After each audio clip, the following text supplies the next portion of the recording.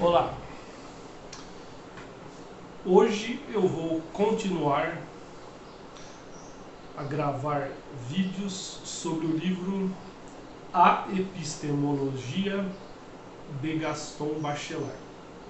Um livro muito interessante. Lembrando novamente que epistemologia é a área da filosofia que estuda o conhecimento. Ou seja, uma área que visa mostrar a importância do conhecimento. Por isso eu estou gravando vídeos a respeito. O texto de hoje, muito interessante, é o 3, As questões do epistemológico. O autor faz desse trecho, várias questões sobre o conhecimento. Então, vamos lá. Eu escolhi alguns trechos, embora o texto seja todo ele muito interessante.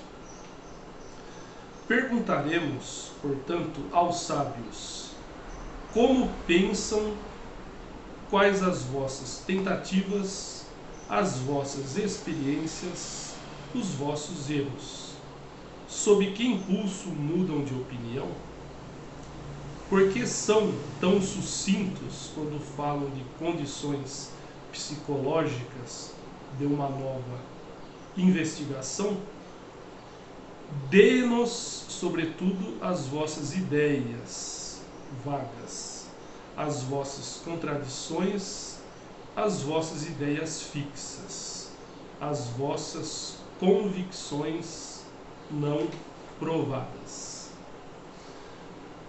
Longe de mim querer fazer uma análise de Gaston Bachelard, mas eu vejo nestes trechos, que eu já li o texto todo, começa com essas perguntas, eu percebo um questionamento sobre a importância que se dá a uma área e não a outra. Como, por exemplo, aqui, e sei que há pessoas que fazem isso, dão muita importância à área científica e não consideram uma análise psicológica como análise científica. E são ciências diferentes. Simples assim. Eu considero partes de um todo. Eu entendo que, em outras palavras, Gaston Bachelard fala isso. São partes de um todo. As análises, elas precisam ser mais amplas, precisam considerar também outros conhecimentos, porque um conhecimento completa o outro. Nenhum conhecimento sozinho explica tudo. Ele explica uma parte, uma parcela. E nós precisamos do todo. Continuando. Será certo que esta filosofia maciça, sem articulações, sem dualidade, sem hierarquia, corresponde à variedade dos vossos pensamentos, à liberdade das vossas hipóteses? Digam-nos o que pensam, não à saída do laboratório, mas nas horas em que deixam a vida comum para entrar na vida científica. Outro ponto que eu considero muito importante, e sinceramente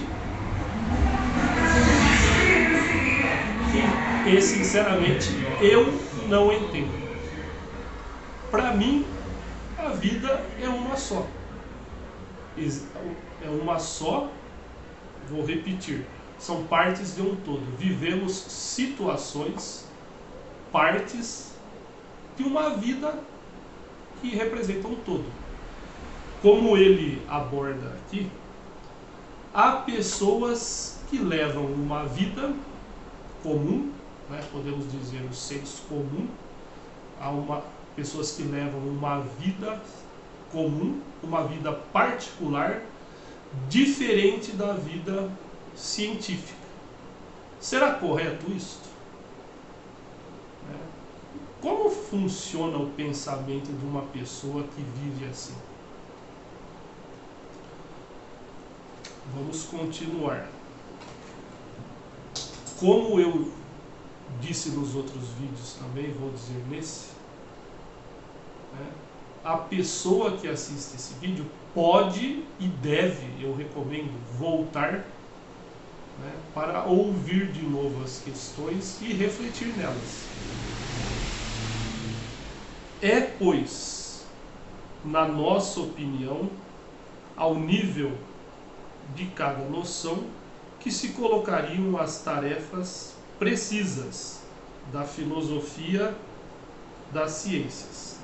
Cada hipótese, cada problema, cada experiência, cada equação reclamaria a sua filosofia. Isso é interessante. Como eu já citei, a psicologia e vamos pegar a física, são ciências diferentes. Cada uma reclama a sua filosofia. Porém, isto não indica que uma seja mais importante que a outra. Isso não indica que uma é menos importante que a outra. Simplesmente indica que são ciências diferentes e que são partes do mesmo todo. São ciências que se completam.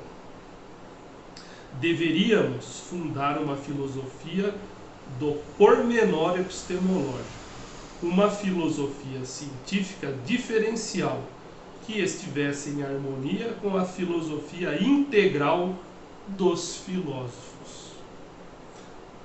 Eu entendo como o que eu venho falando desde o começo. São partes de um mesmo todo. A filosofia envolve pensamento, envolve reflexão, envolve respostas a questões. Deve abarcar todas as ciências. Não há, repito, não há conhecimento que seja mais importante que outro. Há partes de um mesmo todo. E esta noção é importante para todos nós. É esta filosofia diferencial que estaria encarregada de medir o devir de um pensamento. De um modo geral, o devir de um pensamento científico corresponderia a uma normalização, a transformação da forma realista numa forma racionalista. Esta transformação nunca é total. As noções não se encontram todas no mesmo momento das suas transformações metafísicas. Meditando filosoficamente sobre cada noção, veríamos também mais claramente o caráter polêmico da definição retida. Tudo o que esta definição distingue, suprime, recusa.